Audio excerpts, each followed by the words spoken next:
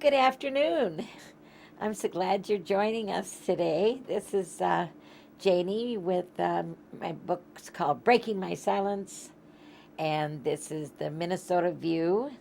It's my view about life in general, and I have a really mystery guest, really great guest today, and she's here with us, and can't wait to talk to her. This is Rocky. This is Rocky Raccoon.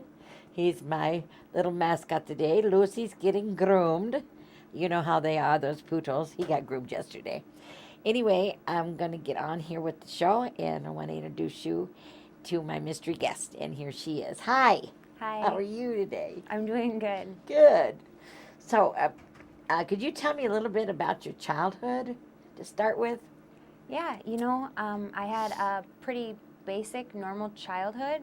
Parents were together until about my teenage years. Played sports and activities. Yeah, everything was Good. pretty normal. Good. That's good. And what happened?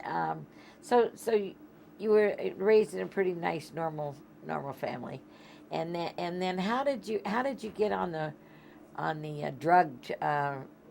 drug addiction?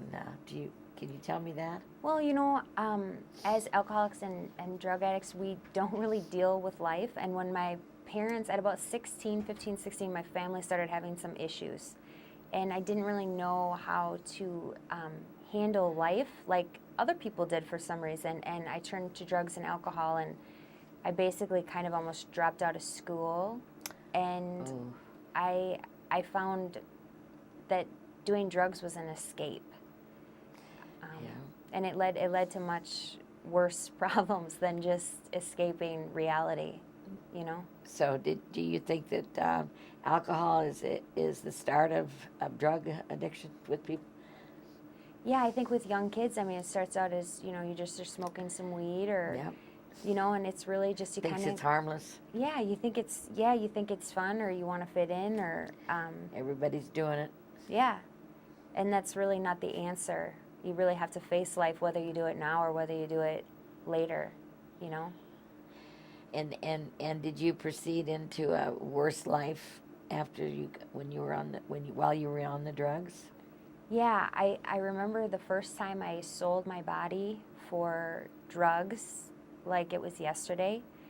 I literally felt my soul jump out of my body. It was so painful. I had previously been in a relationship where there was both a lot of physical violence and at the end, rape. Um, so Oh, I kind of I kind of was ready to give up on life anyway. So selling my body for drugs really wasn't, it was right up it's the lane almost that I like was going. suicide almost Yeah, in your mind. yeah. Suicidal feelings would lead you into prostitution, Well, yeah, and being like around, almost wanting to not live. men who, you allow to treat you badly and Oh, who do it, slap you around a little bit and, yeah, and slap you around. Yeah. strangle and, um, Did yeah. he strangled you?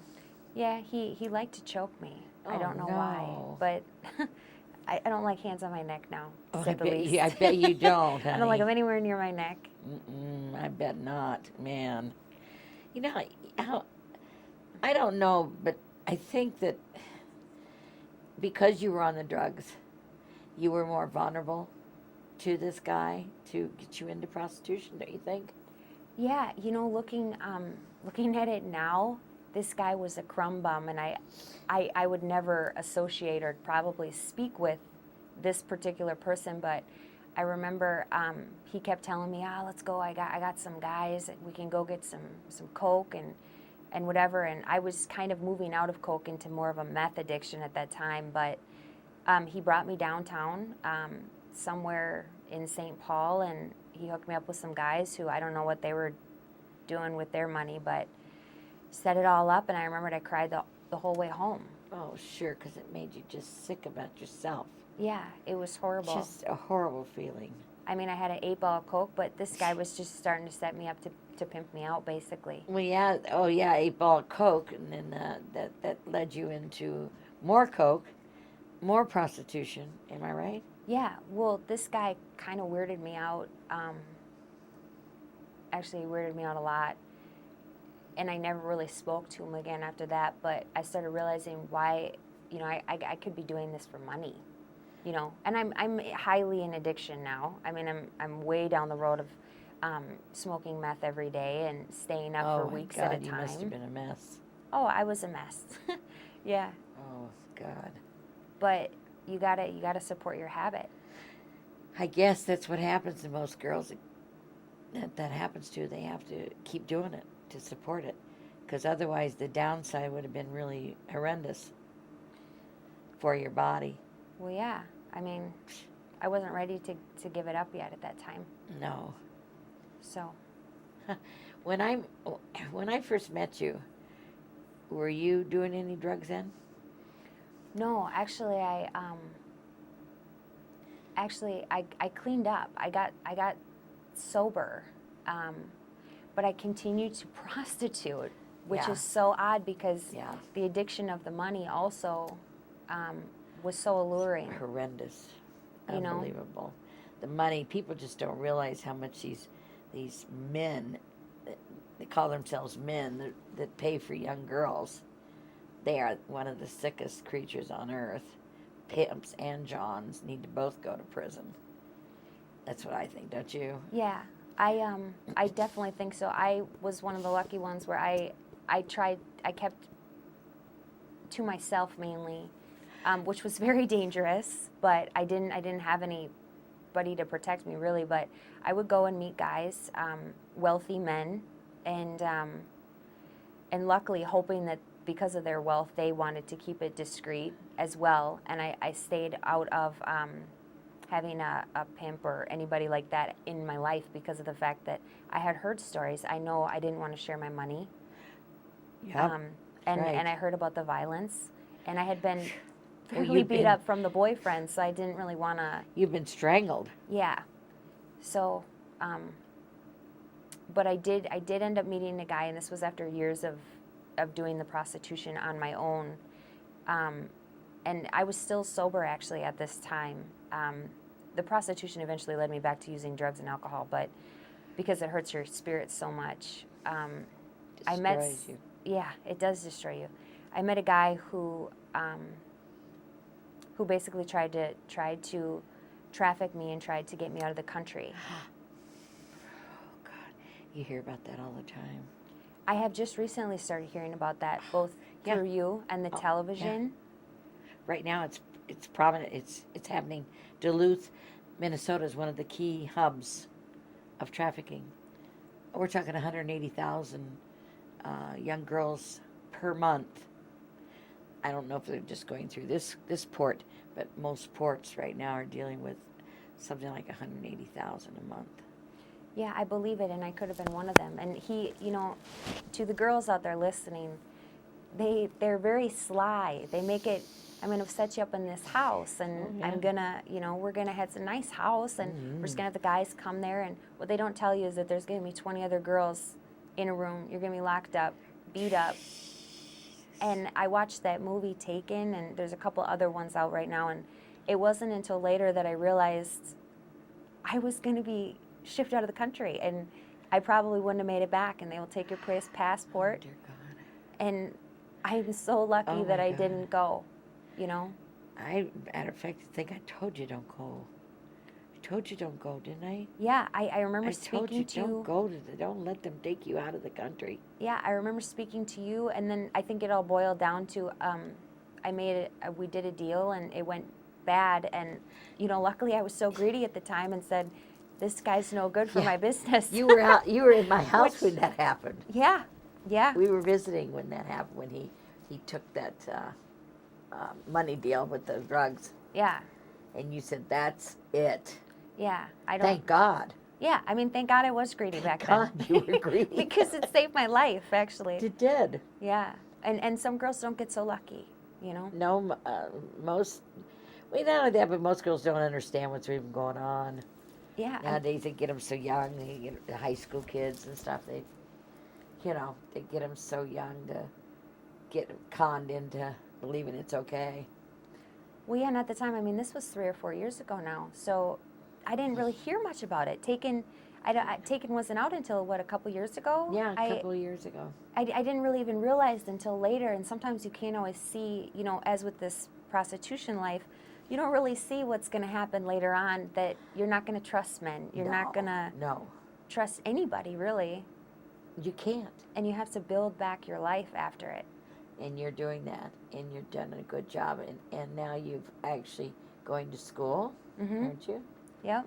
What are you doing now? You're going to school, right? Yep, I'm going to school. I'm getting my bachelor's, and then I have a program that I want to get into for my master's. And I just realized that, you know, if I want to make that kind of money, which I can, Sure. I got to put in a little time and go to school to do it. That's right. And other girls can do it too. I know you don't have to lay on your back or take drugs or do any of that. Yeah, and it feels so much better on the inside knowing that it might be harder to make money, but It may just take you a little longer. yeah, yes. But you'll get there.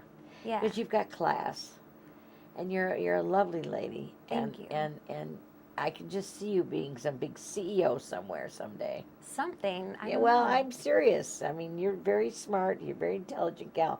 At least the drugs didn't take you down completely.